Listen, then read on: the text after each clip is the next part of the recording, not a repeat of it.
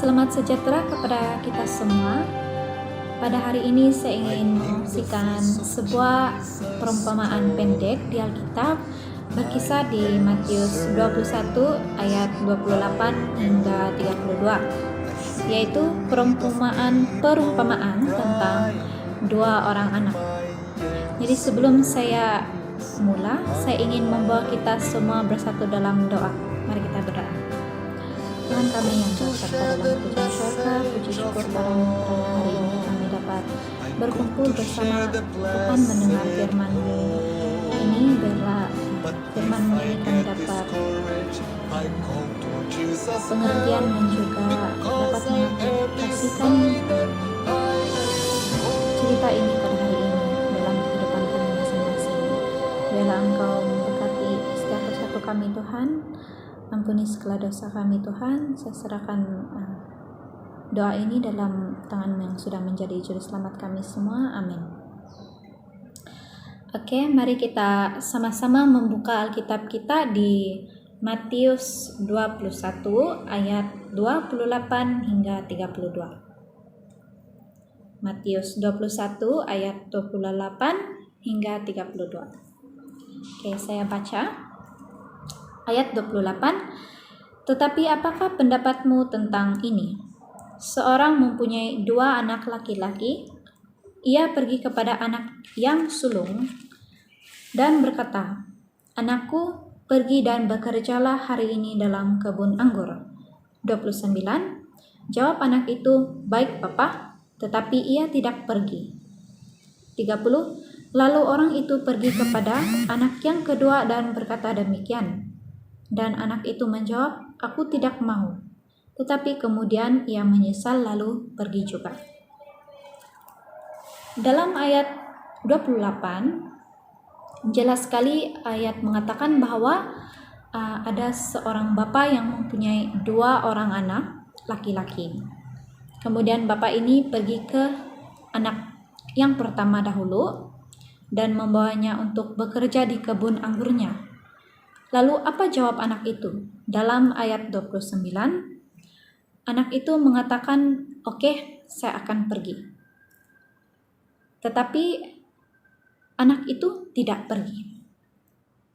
Kemudian dalam ayat 30, bapak itu pergi kepada anak yang kedua pula, juga membawanya pergi dan bekerja di kebun anggurnya. Lalu apa jawab anak yang kedua ini? Anak yang kedua ini jawab, "Saya tidak mau." Tetapi anak ini kemudiannya dia menyesal dan akhirnya pergi juga. Oke, mari kita sambung dalam ayat 31 dan 32. Yesus berkata, "Siapakah di antara kedua orang itu yang melakukan kehendak ayahnya?"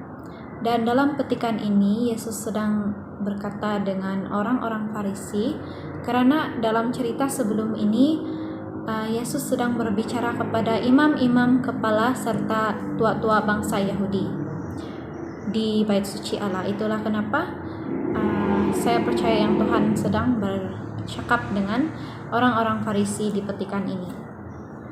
Saya sambung. Jawab mereka yang terakhir. Dan kata Yesus kepada mereka, "Aku berkata kepadamu, sesungguhnya pemungut-pemungut cukai dan perempuan-perempuan sundal akan mendahului kamu masuk ke dalam kerajaan Allah." Dalam ayat 32, sebab Yohanes datang untuk menunjukkan jalan kebenaran kepadamu, dan kamu tidak percaya kepadanya. Tetapi pemungut-pemungut cukai dan perempuan-perempuan sundal percaya kepadanya. Dan meskipun kamu melihatnya, tetapi kemudian kamu tidak menyesal dan kamu tidak juga percaya kepadanya. Kenapakah Yesus berkata demikian? Dalam perumpamaan ini, Yesus sedang bercakap dengan kita semua.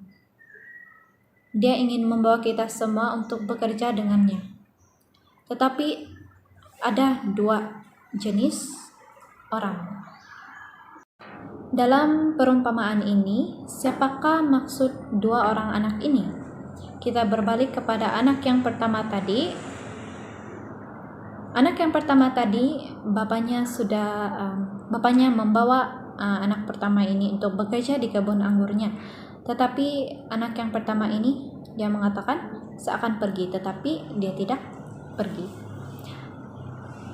Jika dalam kehidupan sekarang, anak pertama boleh diumpamakan seperti orang yang merasakan diri mereka kaya rohani, seperti mereka yang memandang diri mereka tinggi rohani, di mana menyebabkan mereka tenggelam dalam kesombongan mereka dan mereka tidak mahu mendengar Allah. Ciri-ciri dalam anak yang pertama ini boleh dikaitkan dengan orang-orang Farisi. Oke. Dan anak yang kedua pula, bapaknya juga berkata demikian. Bapaknya juga membawa anak yang kedua ini untuk bekerja dengannya. Dan apa yang dikatakan oleh anak yang kedua ini, dia cakap, saya tidak mau. Tetapi akhirnya dia menyesal dan pergi juga bekerja dengan bapaknya.